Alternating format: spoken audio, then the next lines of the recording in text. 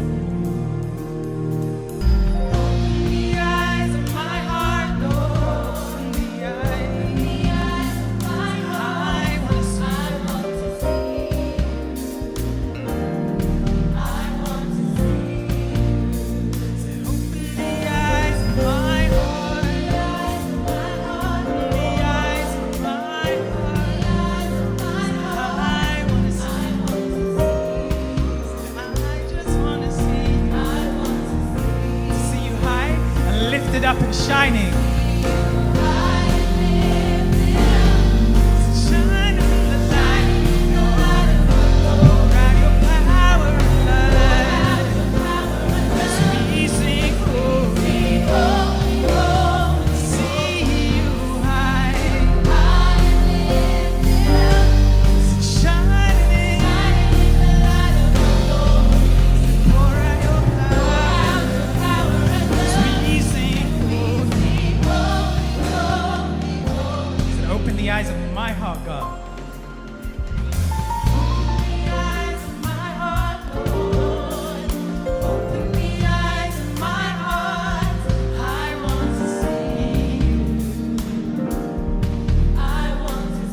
Let me just hear you guys. Said, open the eyes of my heart, Lord.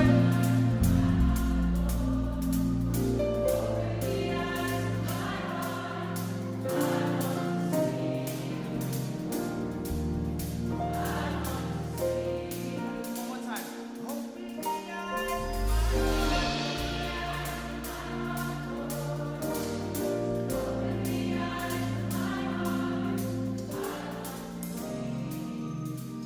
Hello, church family. Carla's asked me to just share a few things of how I'm coping during this pandemic. So one of the things that I've been really grateful for is just being able to work from home. Working for a tech company, I am able to just call on Zoom, just be on Zoom all day, and really get to do the things that would be normal on a normal day. So that's been great. So it means I get to stay at home, taking the sun like everyone else, really. Soaking the sun. I think for me, the sun has been one of the biggest ways to cope. One of the biggest ways just to get a sense of day and night. I know that our sleep, especially, brings a sense of normality. And the sun is that cycle that allows us to understand that it's a new day. And so sleep and sun has been the biggest thing for me, just to having an equal amount of sleep, those 8 hours every day. And just if anything else goes wrong, if I get my 8 hours sleep, I know that my day will be better. I won't be as grumpy. I won't be as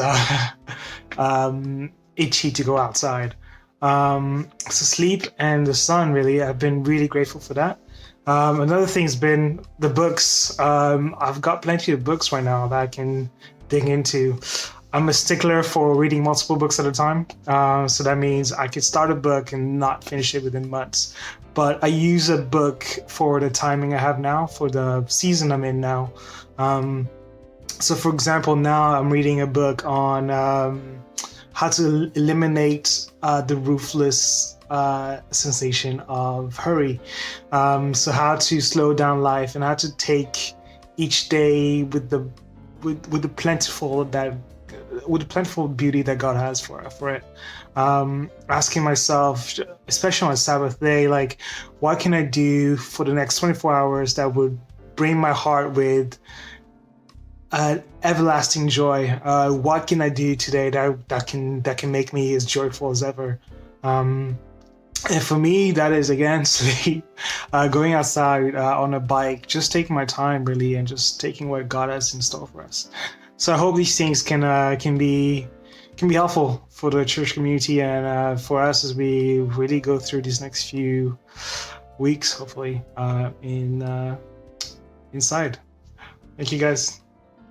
Hello, LondonLive. How is everyone doing? I have been fine. My work routine didn't change much these days, so I'm still going to work Monday to Friday, but there's lots of things that I'm missing out. Like, for example, going to church. I miss my church a lot. I miss the choir, even though we are having our rehearsals online, and it's been really fun, and I invite everyone to join in. I still miss our time together. I'm traveling as well. But this week I have two big reasons to thank God. And the first reason is Victor. He's a dear friend of us. He has been to LondonLive many times visiting, and he was battling coronavirus for about a month. He was 3 weeks intensive care. And I know that there was lots of people praying for him, and he recovered and he's doing well, thanks God. So the second reason is that it's LondonLive 11th birthday. So happy birthday, LondonLive. LondonLive for me is a place where I feel loved, where I feel supported, you know, where I can share my faith. And I know there's lots of people behind the scenes working very, very hard to ensure that happens. So a big thank you for everyone. And I really counting the time so we can be together, we can hug each other, and we can worship together. So I hope to see everyone soon. Hi everyone, hope you're doing well during this lockdown period.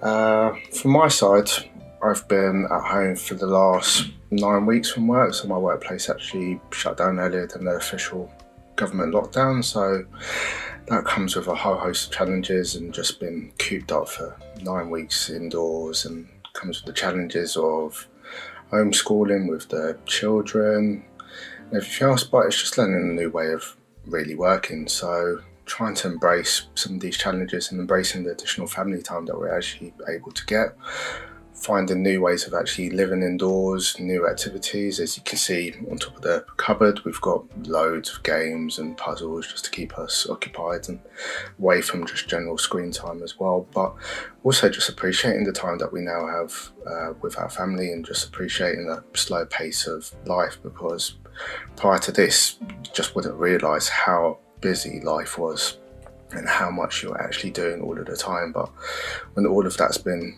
kind of stripped away and you're just left to rely on being at home, you start appreciating how much more time you can actually use a lot wiser. I mean, yes, we do miss the social interaction. I haven't actually been able to visit my parents in this whole time either. I haven't seen siblings either, just a few video calls, and the same for my children. I mean, my children go to my in-laws and my parents' house a few times a week, and then not to actually be able to do that is quite difficult. And then compound that with the fact that they're school friends as well, and my daughter, her GCSEs were also cancelled this year, so she didn't get to go through these final stages and the end of year school party. So there've definitely been some challenges there, but just happy that I'm still able to work, still able to provide for my family, still have a steady income, be able to support my household as well.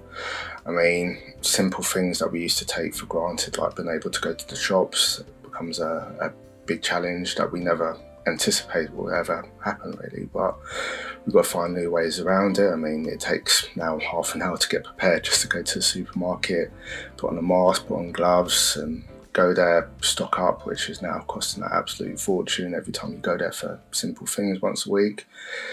And then exercising as well, been restricted to 1 hour a day, not being able to go to the gym if you used to go to the gym on a regular basis, but we find new ways around it, and trying to encompass your friends or family that are around you, and using technology to its best to interact and bring everyone involved as well. That will definitely help to get you through and have conversations really, and just try to remain positive throughout this. We will definitely come out of this a lot stronger, and I've started reprioritising items and just how I look at material things. I mean, there's items that truly do you really need to have. Yes, they're nice to have, but there are other focuses in life, and just have to persevere and make the best of what we've got and take it forward from there. But I do look forward to seeing everybody back at church soon again in the near future, and being able to fellowship and enjoy the wonderful singing and preaching at LondonLive.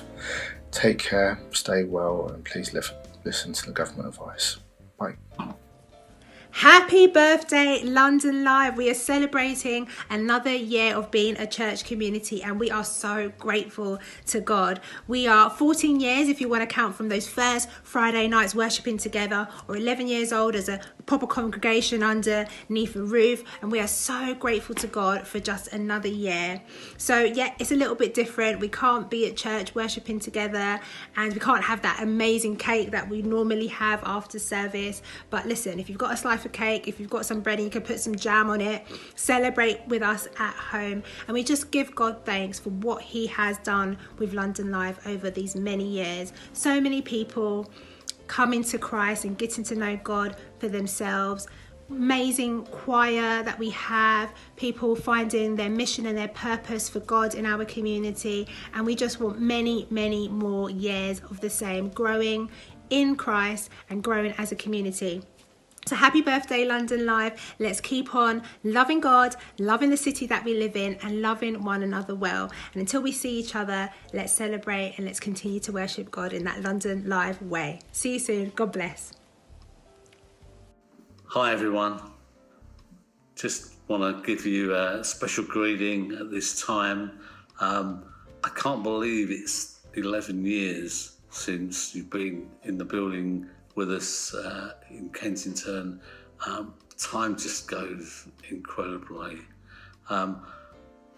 It's such a privilege to work with you, such a privilege to know you as a church and worked with so many of your people. We're delighted to have you with us and partnering with us. A special place that we partner together is in the dinner club. And I know some of you have been helping out during lockdown in the North Kensington Community Kitchen, which has been based in our place. Probably wouldn't exist if we hadn't given them the space and if we hadn't worked with them to enable it. But some amazing local people, volunteers, are working to feed the community, and over 5,000, as I speak today, over 5,000 meals have gone out to children alone during lockdown time. So you're doing a great job by helping and supporting us. You have supported us in that. Some finances from yourself have got into that, as well as ourselves. At the moment, between us, we've been able to finance it with all the food donations and everything else given. So it's brilliant. It's a great work and a real testimony to the area and the community. So I wonder how you've been coping in this time. It's 7 weeks or so that we're in. It's possibly more since you had a church service on a Saturday as what seems normal. And I know this time has got so many different challenges to it. One of the things for me is that there's that sense of like, well, everything's happening around us. Big things are happening, small things are happening, and we don't have any control. I've talked with, and I know people, sadly, who've had to deal with loved ones who passed away, and that feeling of not even being able to say goodbye to them face to face, not being able to be there. All those kinds of things to the big things, as we listen to what the Prime Minister says and other leaders are saying, it's out of our control. We can feel incredibly weak. And, most of us are not used to that, are we? We're used to trying to be in control of our life. We like things organised. We like things prepared. We like to know what's going. We try to take out as many extraneous factors as we can, as many things that might throw us off. We like to think ahead and we like to plan. So we kind of like to be in control. But in this, a little virus, something that's invisible with a naked eye, has brought us all down, and our lives can be controlled by that. I say can be because I do believe that we have choices. Let me turn to the Apostle Paul, and in 2 Corinthians 12, he's talking about boasting, but then he turns it to weakness. It says I'm not boasting. I've got some things I could boast about. And he mentions an experience he had that was incredible, that's supernatural, but says, I ain't going to talk about that. Reason is, that's not really going to help them at all. The great experiences are fantastic, but actually he then talks about a problem that he has. Talks about the thorn in his flesh. Now, he doesn't say what that is. We can read scripture and we can interpret, and many people have interpreted that it's some physical problem that he had, either something he'd always had, or something that had developed, or some kind of illness, but some physical problem. It may not be that, we're not sure. But he talks about going to God in this weakness, in this thing that he couldn't overcome. As strong and as powerful as Paul was, and he was a highly educated man, moved in the highest echelons in society, had everything, you know, in terms of gifts and abilities you could think of. And yet he had this that he had no control over. And he talks about coming to God 3 times, asking God to take it away. I don't know whether they were 3 quick prayers, I doubt it. Maybe 3 times of prolonged fasting and prayer or something, you know. But 3 times he desperately brought this to God, and God in the end said, well, no, I'm not going to take it away. I want you in your weakness to learn my strength. I want you going through this to trust me and to rely on me. I want you to grow in such ability. And so here's a challenge for us. Praying is great. Paul prayed, we pray. We're praying for the end of this. We're praying for changes. We're praying for healing. We're praying for all the right things, and that's good, and that's what we should do. But our reliance should not be on a particular result, a particular end date, whatever, but on God. We can, with Paul, learn what he did. It says in verse 9, each time God said, my grace is all you need, my power works best in weakness. So now I'm glad to boast about my weaknesses so that the power of Christ can work through me. And that's why I take pleasure in my weaknesses and in the insults, hardships, persecution and troubles that I suffer for Christ. For when I am weak, then I am strong. And here's an opportunity for us to learn that when we are weak and we throw everything on God, say, God, we need you, we need your help, then we can become strong. Then we can rise in faith. Then we can begin to do the things that God wants us to do. So stuff that's happening now, say, you know, down at church, that's come out of weakness. We don't know what to do, faced by a situation, but what can we do? What strengths have we got? What skills have we got? And God, you need to lead us. You need to guide us into a future, guide us into what you want us to do, what you want us to be. We don't know if things will ever go back to normal, but God can be doing stuff in us now and changing us, changing our attitudes, changing our behaviour, changing who we are in an incredible and a powerful way. So use this time to find out really how powerful and how strong God is. And hey, let this be a life-changing experience. Something that John Calvin said, and I'll finish with this. Not somebody I quote a lot, but it's what Calvin said. For men have no taste, I expect him into women as well, have no taste for God's power until they are convinced of their need of it. And they immediately forget its value unless they are continually reminded by awareness of their own weakness. So going forward, let us be aware of our weakness and let God be in control of everything in our lives. Let us trust him no matter what the result seems to be. Bless you. Have a great lockdown and just trust God and grow in his grace. And I look forward to many years of working together. Amen.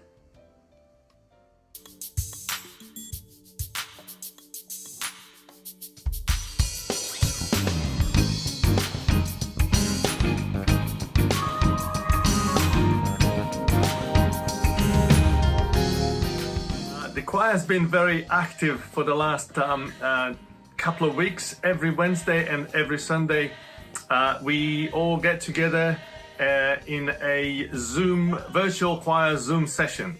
So if you would like to get involved, exercise your vocal cords, learn new songs, cover some of the old ones, every Wednesday and every Sunday at 7 p.m. So 7 to 8, 1 hour only. Zoom session. The details will be at the bottom, but you need a password. So for that, please refer to your WhatsApp group or contact somebody in the choir and they will pass you or let you know the password. So do get involved. You're welcome to join in.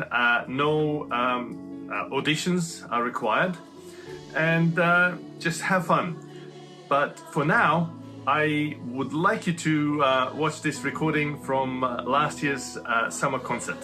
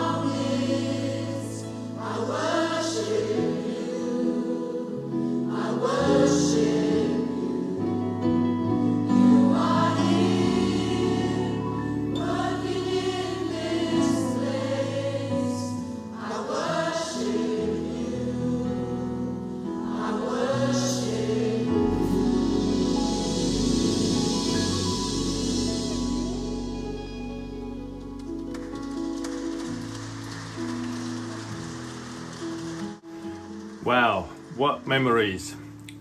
Now we have an interview with somebody very special to us.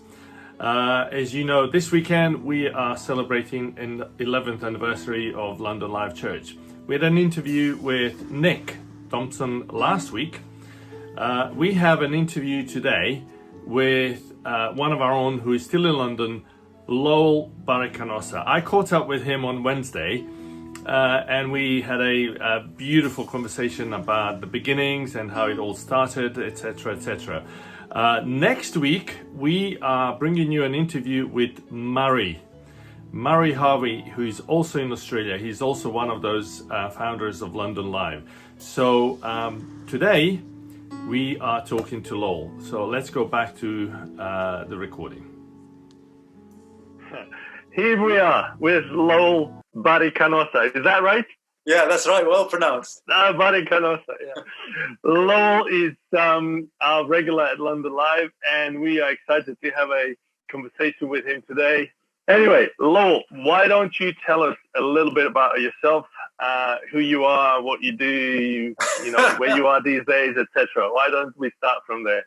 Oh, man, that's crazy. It's I'm getting so old now. I've got such a long story. It used to be a very simple story. The most important thing is I live in London. I was born here.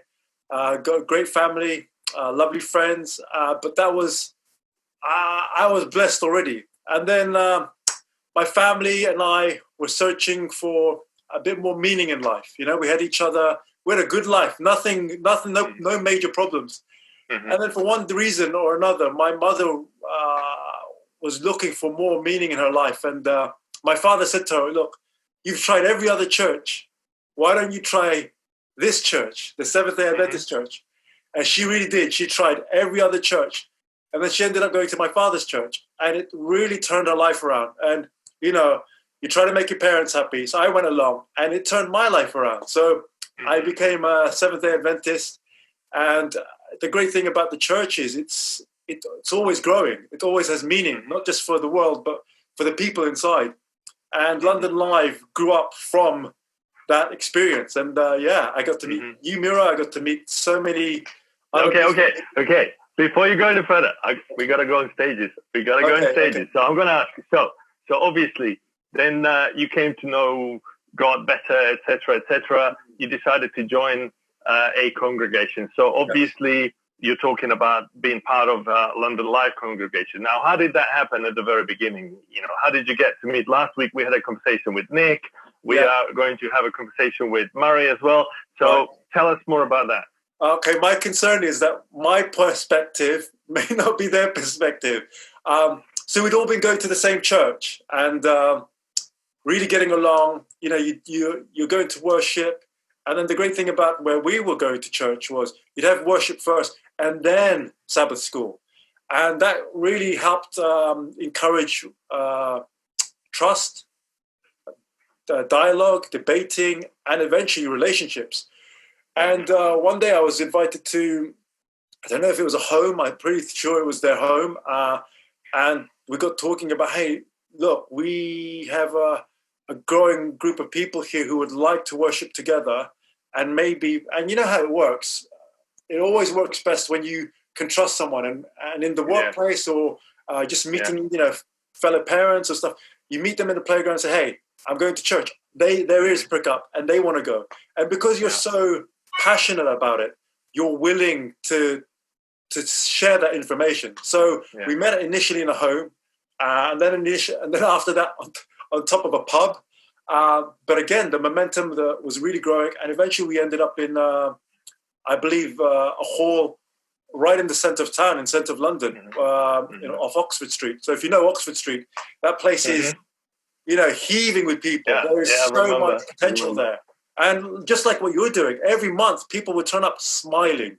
And that was really a testament for it. So yeah, that's where I got onto. Yeah, I remember those days on Friday night. We had a massive party there. Okay, anyway, so obviously after a few years at Oxford Street, we started worshipping at Notting Hill. Now, the transition from Oxford Street Salvation Army place to Notting Hill, it must have been a huge change, because we had close to 300-400 people in those days once a month. Now suddenly we're dropping down to like small numbers every week. Did that have any effect on you, and how that you perceive God, church, congregation, community? Tell me more about that. Yeah, I'm one of those people who unfortunately get stuck in their own heads and starts thinking first about themselves rather than what's going on around them. But it's phenomenal. You look at you look at the services. It's always going to be, and no disrespect, and I'm looking for the right words, but it's always going to be quality over quantity every time. You could go in there and there's only 5 people. It's 5:30. You're thinking, I'm in the wrong place. Why did I make this decision? And then once you start really listening and really paying attention, and the most important, like anything in Christianity, is getting involved. And then you realize you are in the right place. You made the right decision. And before you know it, you look behind you, halfway through the service, you sit down and the church is full, and that's great on a visual perspective. But again, every moment, you got to think about why you're there. And whether it was a change from Oxford Street to Notting Hill, I think it needed that change. Change is difficult for everyone. We're living through a pandemic. Normally I'd be hugging you, chatting with you in a cafe, and opposite you, and that's been very difficult. And the change to Notting Hill, whether it was the people or even the culture, it made a big difference. But that's again maturity, and that's growth. That's where one day you're needed in Oxford Street, the other day you're needed in Notting Hill, and that's really humbling, because if you know the backstory, there was no church willing to share with us. There was no availability. Even the most important thing, the people, they were separate, just like now. They were separate, praying in their homes, and it happened. So, those are real miracles. Those really happened. And I can account to you the stories. One that really, comes to mind every time I think of LondonLive, and I hope you don't mind me sharing this. And Go ahead. I remember hearing a testimony of a man who was Italian, living in London, had recently gone through a divorce. His wife left. She took the children. He was really depressed, lived locally. And then waking up one morning, on a Saturday morning, he had a vision. He said, go out and buy a rosary. Just go out, do it. Jumped out of bed, went out, go buy a rosary. Walking past LondonLive, right? Walking past LondonLive, he heard the music. He came in for the whole service. Yes, I remember. He waited for the pastor, right? He waited for the pastor to finish, shared his story. They said, let's hook up. They went for a walk in the park. A few days later, he shared his story. He shared his concerns. When it came time for that man to then leave London and return to his homeland, he shared with the minister, that day I was willing to take my life. If it wasn't for your church and for your people, the story would have been a totally different story. And if we can affect that one person, I'm the same. Sometimes it's not doing it for me, but I forget about the person to my left and the person to my right, and the person I'm going to meet later that day, how much effect I hopefully will give to their lives. And it was beautiful. And, you and I can recount so many stories. Oh, absolutely. Absolutely. It brings a tear to my eye, but it also brings so much joy.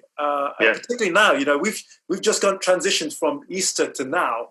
And, my parents, God bless them, I haven't seen them in ages because, they're vulnerable. They shared with me, this is the ultimate lockdown through Easter. And even Jesus has gone through it. And when I think about the messages that, you and I have shared, this testimony, and even my parents have gone to the church, it is, I was really concerned. I didn't know what, I wouldn't have much to share with. I'm like, why are you interviewing me? And then I just, wow, it's flooded. When you really sit down and when you start thinking about it, we've had, and I'm hoping, and I don't want to interrupt you, but for me, I think it's for you too. It's usually the stories of other people. I mean, and it's when you hear the stories of other people, then you realize what the blessings were for you. Yes. But when you are in it, you actually don't realize it that much. It's literally when you experience other people's stories, then you realize this is your story. Yeah, you know, totally. and to me, it just changes my life completely from that point on, going forward, you know. Yeah, go ahead. You were going to say something as well. I mean, it's a really sad story. I remember going through Notting Hill about 3 years ago and seeing posters up. You were there saying this person is missing, this person is missing. Yeah. It was Grenfell. And I was looking at these posters and I was sharing with my family and friends like, oh my goodness, I recognize this person. And I couldn't pinpoint it. Yeah. And then the next day I get a WhatsApp message saying, you know, we've lost a few people to Grenfell. Yeah, from the choir as well, yeah. But you know what happened after Grenfell, right? You know, the community came together. It was really sad. Yep. We lost people, but the community came together, and the outpouring of generosity. You know, I was hearing like lorries were turning up at LondonLive, and the church was full of donations. And it's just like now, you know, we're going through a pandemic, but I think the mixed blessing is through these crises, and whatever personal crisis I've gone through, you've gone through, or people going through, it gives us an opportunity to sit down and really wrestle with what's going on. And I think LondonLive offers that to people. You know, whether it was at Oxford Street, where it was like a big, you know, really big thing once a month. It was like a celebration, a party, to a very more personal, very intimate setting now in LondonLive in Notting Hill. We have so much opportunity, and I think that's the legacy. That's the one thing I want to leave for anyone here. If you were involved in LondonLive, even if you turned up for one day, you know, how many people came over from Zimbabwe, South Africa, Czech Republic, former Yugoslavia, USA, Canada, you name the country. They turned up for one day, and I could see on their faces they were blessed. Or the person like you and me who've been going regularly, and they're blessed by the testimony or the life story of someone else. It is the legacy this church leaves, which is really impacting on me. Excellent, thank you.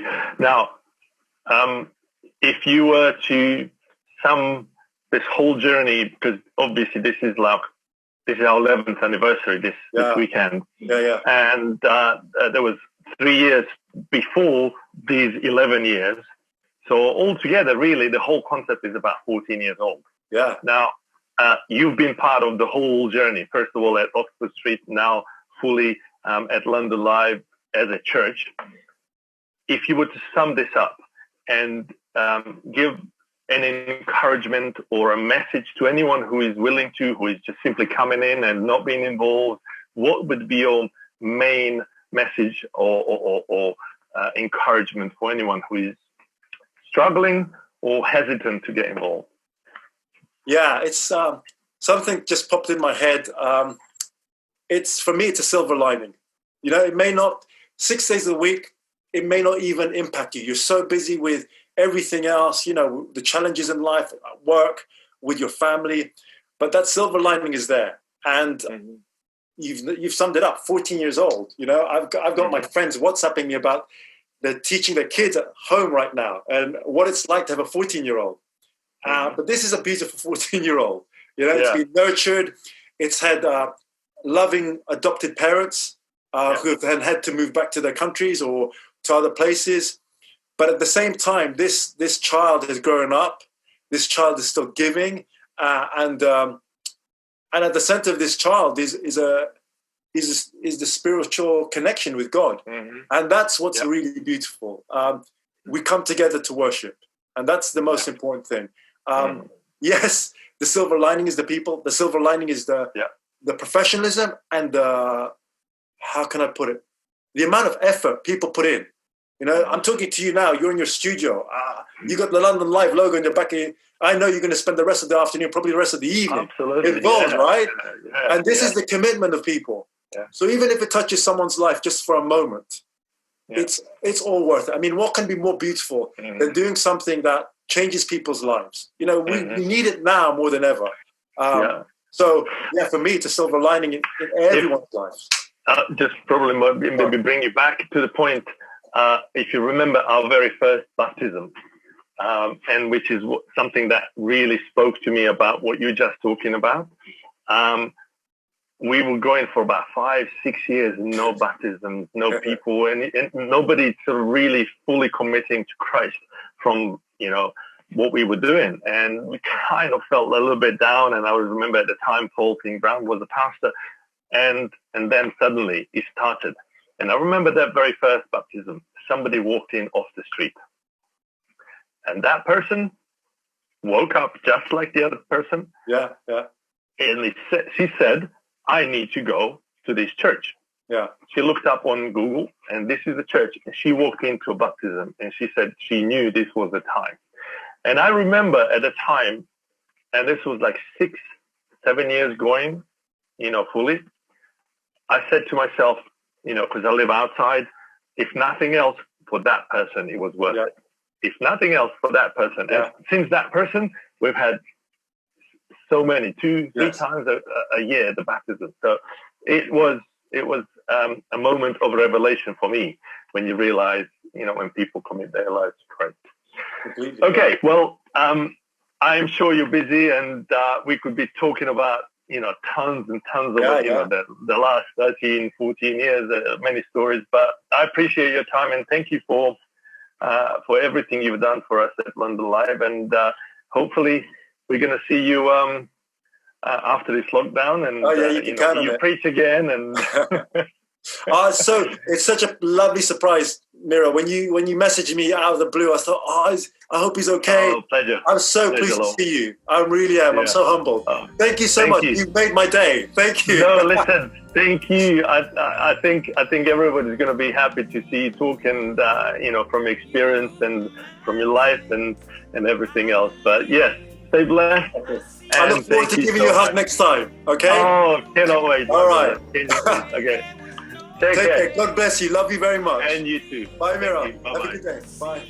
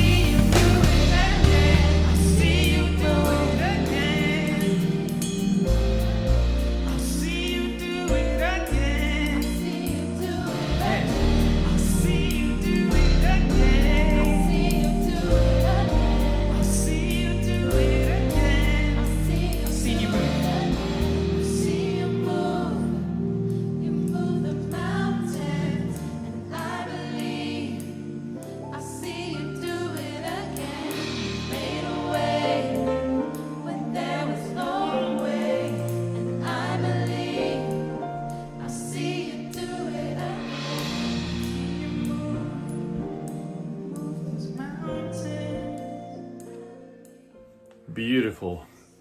As we are nearing the end of our program today, I hope you have been encouraged, reminded of some beautiful moments from the past, that you've been blessed. and that there is something for every one of you to take home or away from your screens with you.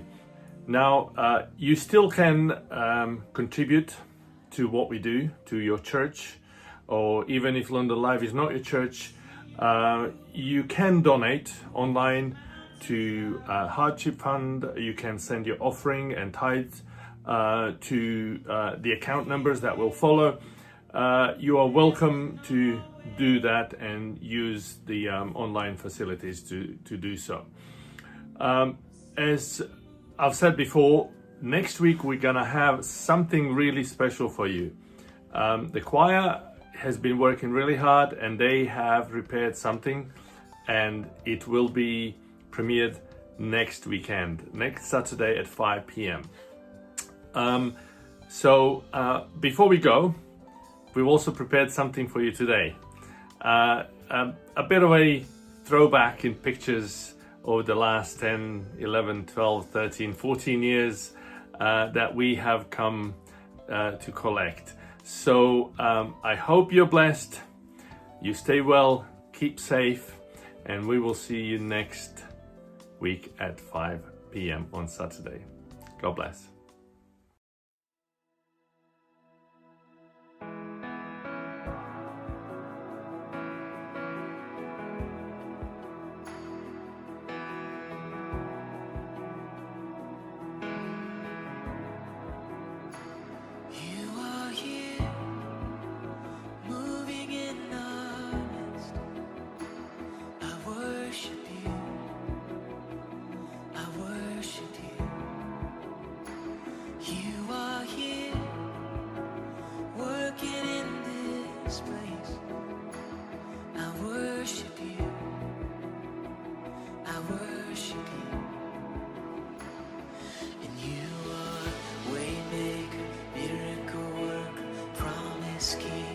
Light in the darkness, my God, that is who you are. And you are waymaker, miracle worker, promise keeper. Light in the darkness, my God, that is who you are. You are here, turning lives around. I worship you. I worship you. You are here and you're healing every heart. I worship you, yeah. I worship you. And you are waymaker, miracle worker, promise keeper, light in the darkness. My God, that is who you are. And you are waymaker, miracle worker, promise keeper, light in the darkness. My God, that is who you are, and that is who you are. Yeah, that is who you are.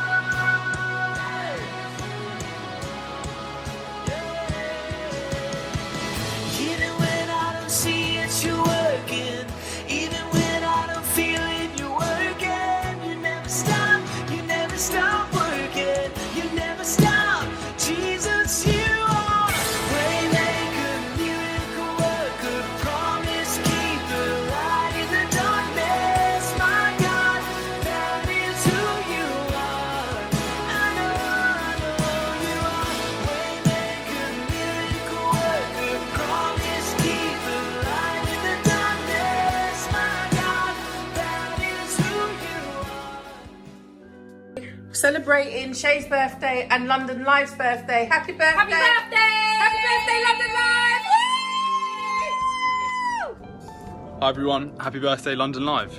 Hey, it's Belle here. Happy birthday, London Live. Woo, woo, woo. Hi everybody, it's Johnny. I hope you're having a good day.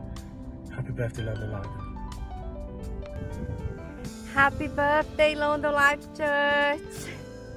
Congratulations for this 11 years of blessing. I'm so happy to have this church in my life. Happy birthday, London Live. It's so amazing. 11 full years and still going strong. It's amazing. God bless everybody, church, London Live community. Just God bless us that we keep going. Happy birthday, London Live. London Live, I just want to wish you a very, very happy birthday. Hi, happy birthday, London Live. Wishing you an amazing day. Enjoy your success, and let's keep growing. Let's keep doing this thing. It's a beautiful day today, and looking forward to the next one. Cheers. Happy birthday, London Live. I really hope everyone has many blessings today and that we'll all be able to celebrate this together and in person really soon. Happy birthday, London Live. 11 years is a long time. And even though I'm one of the newest members of the church, I am eternally grateful that you have helped me shape my faith, you know? God has used you in my life in such an amazing way, and I keep praying and praying that God will bless the church even more and more so we can reach more people and bring more people to Jesus. Happy birthday.